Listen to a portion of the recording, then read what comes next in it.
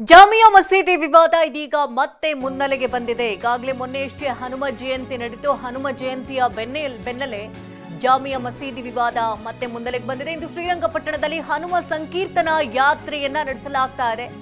ಶ್ರೀರಂಗಪಟ್ಟಣದಲ್ಲಿ ಸಾವಿರಾರು ಪೊಲೀಸರ ಬಿಗಿ ಭದ್ರತೆ ಕೂಡ ಒದಗಿಸಲಾಗಿದೆ. ಸಾವಿರಾರು ಪೊಲೀಸರಿಂದ ನಗರದಾದ್ಯಂತ ಹದ್ದಿನ ಕಣ್ಣಿಡಲಾಗಿದೆ. ಯಾವುದೇ ರೀತಿಯ ಅಹಿತಕರ ಘಟನೆ ನಡೆಯದಂತೆ ಹೈ ಅಲರ್ಟ್ ಘೋಷಿಸಲಾಗಿದೆ. ಯಾತ್ರೆ ಇರುವಂತಹ ಹಿನ್ನೆಲೆಯಲ್ಲಿ ಶ್ರೀರಂಗಪಟ್ಟಣ ಸಂಪೂರ್ಣವಾಗಿ ಕೇಸರಿಮಯವಾಗಿದೆ. ನಿಮಿಷಾಂಬ ದೇಗುಲದ ಬಳಿ ಸಿಗಲಿದೆ ಯಾತ್ರೆಗೆ ಚಾಲನೆ. ಮಧ್ಯಾಹ್ನ 12ಕ್ಕೆ ಹನುಮ ಸಂಕೀರ್ತನಾ ಯಾತ್ರೆಗೆ ಚಾಲನೆ ಸಿಗ್ತಾ ಇದ್ದು ಪೊಲೀಸರು ಹೆಚ್ಚಿನ ಸಂಖ್ಯೆಯಲ್ಲಿ ಬೀಡು ಬಿಟ್ಟಿದ್ದಾರೆ. ದೃಶ್ಯಗಳಲ್ಲೂ ಕೂಡ ನೀವು ಗಮನಿಸ್ತಾ ಇರಬಹುದು. ನಗರದಾದ್ಯಂತ ಯಾವ ರೀತಿ ಪೊಲೀಸರು ಹದ್ದಿನ ಕಣ್ಣಿಟ್ಟಿದ್ದಾರೆ, ಗಸ್ತು ತಿರುಗ್ತಾ ಇರುವಂತಹ ದೃಶ್ಯಗಳನ್ನ ಗಮನಿಸ್ತಾ ಇದ್ದೀರಿ. ಹನುಮ ಸಂಕೀರ್ತನಾ ಯಾತ್ರೆ 12 ಗಂಟೆಗೆ ಚಾಲನೆ ಸಿಗಲಿದೆ ನಿಮಿಷಾಂಬ ದೇಗುಲದ ಬಳಿ. ಹಾಗಾಗಿ ಮುನ್ನೆಚ್ಚರಿಕಾ ಕ್ರಮವಾಗಿ ಹೆಚ್ಚಿನ ಪೊಲೀಸರ ಭದ್ರತೆಯನ್ನ ಕೈಗೊಳ್ಳಲಾಗಿದೆ. ಪ್ರತಿ ಬಾರಿಯೂ ಕೂಡ ಜಾಮಿಯಾ ಮಸೀದಿ ವಿವಾದ ತಾರಕಕ್ಕೇರ್ತಾನೆ ಇರುತ್ತೆ. ಸೊ ಈ ಬಾರಿಯೂ ಕೂಡ ಜಾಮಿಯಾ ಮಸೀದಿ ವಿವಾದ ಮುನ್ನೆಲೆಗೆ ಬಂದಿರುವಂತಹ ಹಿನ್ನೆಲೆಯಲ್ಲಿ ಹೆಚ್ಚಿನ ಪೊಲೀಸರು ಬೀಡು ಬಿಟ್ಟಿದ್ದಾರೆ.